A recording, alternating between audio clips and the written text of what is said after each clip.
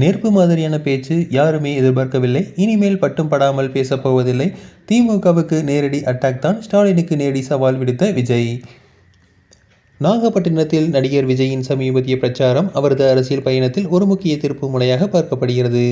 வழக்கமான விமர்சனங்களை விடுத்து ஆளும் திமுக அரசை நேரடியாகவும் கடுமையாகவும் தாக்கி பேசிய அவரது பேச்சு அரசியல் வட்டாரத்தில் பெரும் பரபரப்பை ஏற்படுத்தியுள்ளது. திருச்சியில் கண்ட அதே பிரம்மாண்டமான கூட்டம் நாகப்பட்டினத்திலும் மீண்டும் திரண்டது. இந்த எதிர்பாராத மக்கள் எழுச்சி விஜய்க்கு ஒரு பெரிய தன்னம்பிக்கையை அளித்துள்ளது.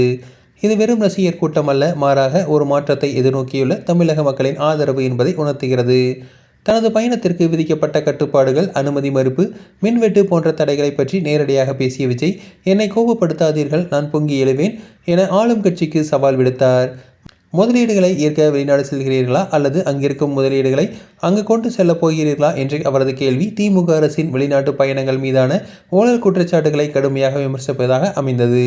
நாகப்பட்டினம் போன்ற சிறுபான்மையினர், மீனவர் மற்றும் விளிம்பு நிலை மக்கள் அதிகம் வாழும் பகுதியில் விஜய் தனது பேச்சை வேளாங்கண்ணி அன்னை மற்றும் மீனவர்களின் பிரச்சனைகளை பேசுவதன் மூலம் தொடங்கினார்.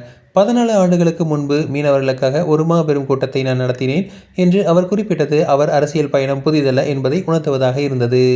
தனது பெயரான ஜோசப் விஜய் பற்றிய விமர்சனங்களும் சனிக்கிழமை ராமசாமி என்ற கிண்டல்களும் தனது பேச்சிலேயே பதிலளித்தது. அந்த எதிர்மறையான கருத்துக்களை தனக்கு சாதகமாக மாற்றிக்கொண்டார். நான் 3 நிமிடம் தான் பேசுவேன் என்று ஏன் கட்டுப்பாடு விதிக்கிறீர்கள்? அதுவே உங்களுக்கு ஏன் அச்சத்தை ஏற்படுத்துகிறது என்று அவர் கேட்டார்.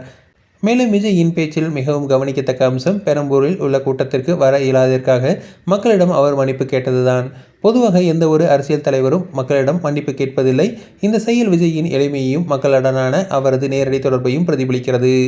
இது அரசியல் உலகில் ஒரு புதிய அணுகுமுறையாக பார்க்கப்படுகிறது. இருப்பினும் அவரது எதிர்காலம் வரும் சட்டமன்ற தேர்தலில் தான் உள்ளது.